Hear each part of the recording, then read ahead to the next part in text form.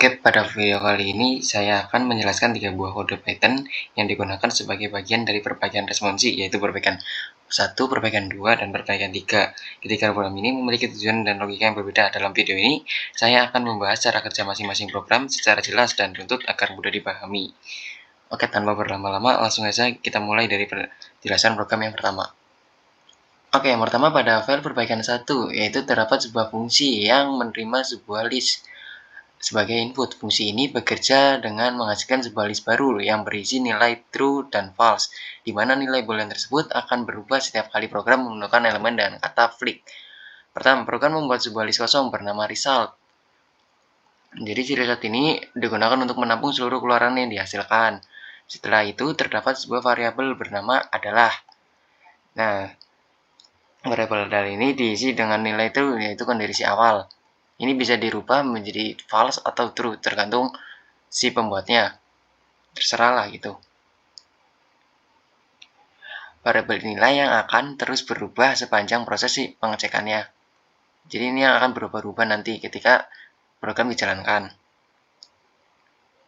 Selanjutnya fungsi masuk ke sebuah perulangan for. Ini, dimana setiap elemen dari dalam list input, di dalam loop ini program memeriksa apakah elemen yang sedang diproses bernilai flick. Jika iya, maka nilai boolean pada variabel adalah akan dibalik menggunakan ekspresi not adalah. Artinya, jika sebelum nilai bernilai true, maka akan berubah menjadi false dan sebaliknya. Setiap setelah proses pengecekan dan pembalikan nilai boolean terbaru selalu ditambahkan ke dalam list result, akan dimasukkan ke si result. Sini, masukkan ke si result. Setelah semua elemen selesai diproses, fungsi akan mengembalikan list result sebagai keluaran, akan dikembalikan lagi ke awal. Nah, secara keseluruhan, fungsi ini menghasilkan rangkaian nilai true dan false yang selalu berubah-ubah setiap kali kata flick ditemukan dalam list input. Ini katanya bisa diganti setelah kalau mau flick, kalau tidak flick, ya misal ganti gitu. Oke, langsung aja kita uji keluaran programnya. Nah, di sini muncul keluaran program berupa true, true, false, false, false, true, true. Oke, kenapa begitu? Di sini mewakili nilai A yaitu true, B itu true. Nah, sedangkan kan flick dan di sini ada kata pilih, maka akan dirubah yang awalnya true itu menjadi si false sampai dimana ada flick lagi. Jadi flick di sini tuh ada dia.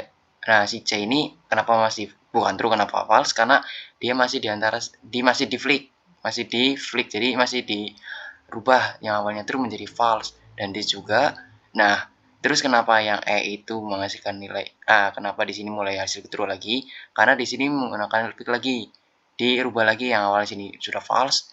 Nah, sampai di sini data dirubah lagi, suatu nilai dirubah lagi menjadi true atau di flick.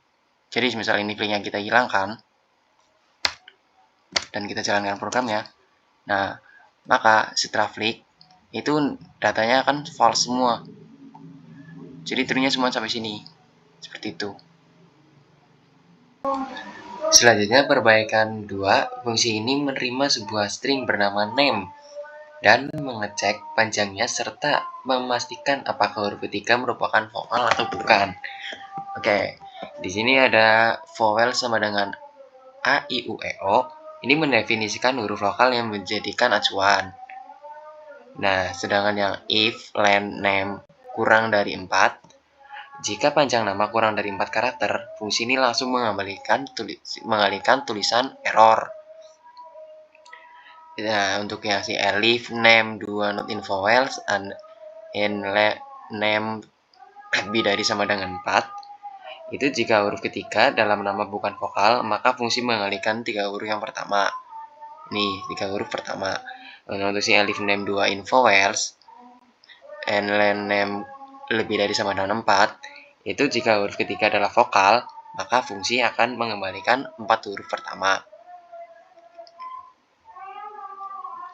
Di sini saya akan contohkan untuk keluaran program. Di sini saya ada beberapa nama yang akan saya contohkan, itu ada Budi, Rani, Aura, Eko, Lisa, dan Eni. Langsung aja. Oke, ini untuk keluaran programnya saya akan jelaskan. Di sini misal di inputan yang pertama yaitu saya menginput nama Budi. Nah, kenapa di keluaran program itu hanya menampilkan kata boot? Karena di sini yang sudah kita program tadi bahwa huruf ketiga yang di kalimat di kata budi ini itu kan huruf D. Nah, itu bukan huruf vokal. Jadinya langsung membalikan kata, langsung mengeprint kalimat kata boot. Nah, untuk yang si Rani itu juga kasusnya sama dengan si Budi. Jadi di apa namanya di huruf ketiga yaitu RAN. Nah, di huruf N itu kan bukan huruf vokal. Jadi langsung di print lagi si Ran. Aura juga begitu. Sama kasusnya dengan si Budi dan Rani. Nah, untuk yang Eko itu kenapa error? Karena kan kita mintanya itu hurufnya itu harus 4. Nah, sedangkan ini kurang dari 4, maka program langsung ngeprint error. Dan yang bawah ini dua juga sama kayak yang di atas. Sekarang untuk perbaikan 3 atau yang terakhir. Nah, fungsi ini itu digunakan untuk mencari panjang kata paling pendek dalam sebuah kalimat. Oke, fungsi dimulai dengan s.split. Nah, ini tuh gunanya untuk memecah kalimat itu dipecah menjadi list kata.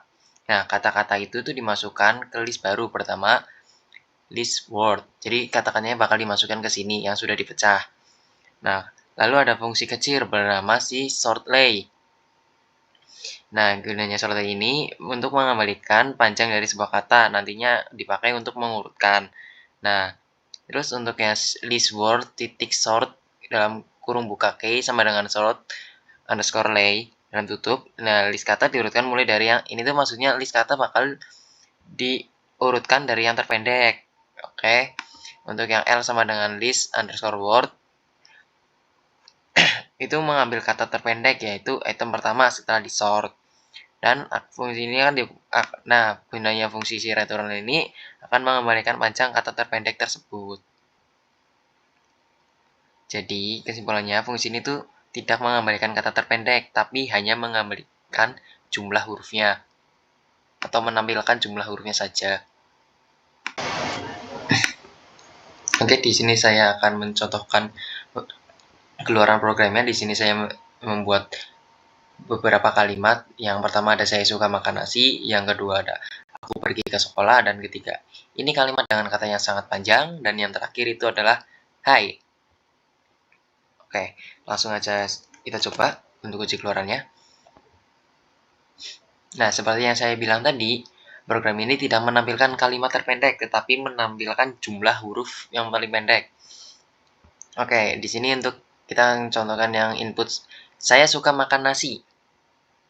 Input yang ini, dia menghasilkan keluaran programnya itu 4, hanya 4 huruf. Kenapa? Karena kan yang pertama yang gue bilang, program memecah kalimat ini menjadi beberapa kata. Jadi hanya saya itu menjadi satu kata, terus suka menjadi satu kata, makan juga menjadi satu kata, dan nasi juga menjadi satu kata. Jadinya saya suka makan nasi. Nah, si program ini akan mencari mana yang memiliki huruf terpendek dari kata-kata itu. Berhubung di kalimat ini tuh panjang hurufnya dalam satu kata itu sama, jadi kan panjangnya itu dalam satu kata ada memiliki 4 huruf. Jadi program akan mengeluarkan mengambil kata terpendek dari yang sudah disortir tadi, yaitu 4. Nah, untuk contoh yang kedua itu aku pergi ke sekolah. Seperti yang aku bilang yang di awal, program pertama memecahnya menjadi kata dulu yang awalnya kalimat. Jadi aku pergi ke sekolah itu pecah menjadi kata-kata. Nah, setelah itu program akan menghitung dari jumlah huruf dari kata-kata itu. Nah, diketahuilah bahwa kata terpendek itu adalah ke, dan jumlah hurufnya adalah 2. Di sini keluarnya bakal 2 gitu loh.